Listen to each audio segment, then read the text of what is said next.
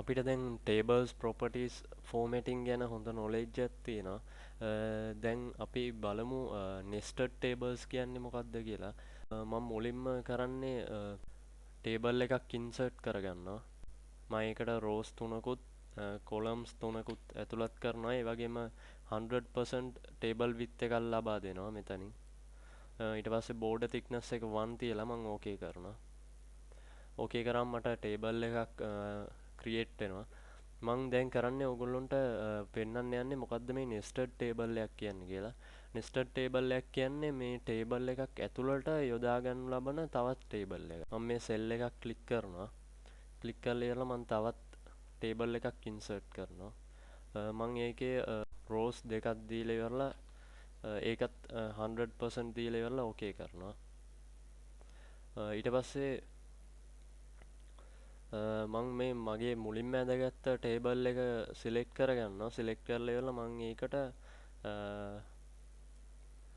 700 pixels ලබා දෙනවා.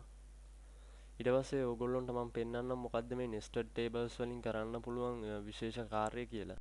මේ සම්පූර්ණ cell එකට තමයි මම මේ nested table එකක් insert කරේ. මම මේ cell එක size එක අඩු වැඩි කරනවා. අඩු වැඩි කරද්දී ඕගොල්ලන්ට පේනවා මේ nested table එකෙත් size එක අඩු වැඩි වෙනවා. ඉතින් මම ඕගොල්ලන්ට මෙතනින් කියලා දෙන්න යන්නේ මේ nested tables භාවිතා කරලා හොඳ web page layouts හදාගන්න පුළුවන්. ඕගොල්ලන්ට informations මේකේ දැමීමේදී web page එකේ size එක වෙනස් වෙද්දී ඒ වගේම web browser එකෙන් browser එකට වෙනස් වෙද්දී ඒක බලපාන ක්‍රමේ වැදගත් වෙනවා. ඒ කියන්නේ ඔයගොල්ලන්ට informations දැමීමේදී ඉතාමත් වැදගත් මේ ක්‍රමේ භාවිතා කිරීම. ඕනනම් මට පුළුවන් මේ nested table එක ඇතුළටත් තව table එකක් insert කරන්න. මම තවත් table එකක් ඒක ඇතුළට insert කරා. මම මේ cell එක නැවතත් size එක අඩු වැඩි කරද්දී ඒ table එකෙත් size එක අඩු වැඩි වෙනවා. එතකොට nested tables දෙකක් තියෙනවා මෙතන. මේකට තමයි master table එක කියලා අපි හඳුන්වන්නේ මුලින්ම ඇඳගත් table එකට.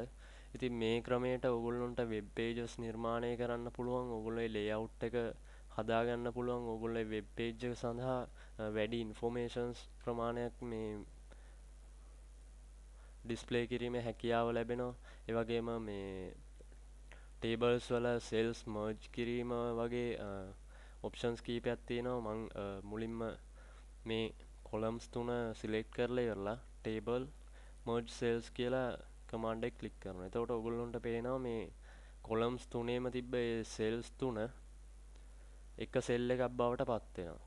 ඒ වගේම මට අවශ්‍ය නම් මේ cell එක columns දෙකට වෙන් කරගන්න මම table split cell කියන option එක select කරලා ඉවරලා මෙතන columns කියන option එක select කරලා ඉවරලා number of columns කියන තැනට 2 දීලා ඉවරලා okay කරනවා. මෙන්න මේ ක්‍රම වලින් ඔයගොල්ලන්ට nested tables නිර්මාණය කරගන්න පුළුවන්. ඒ තුලින් වැඩි තොරතුරු ප්‍රමාණයක් ලබා දෙන web pages නිර්මාණය කර ගැනීමේ හැකියාව ඔයගොල්ලන්ට Dreamweaver තුල ලබා දීලා තියෙනවා. ඊළඟට අපි බලමු සම්පූර්ණ web page එකක් create කරගන්න ආකාරය.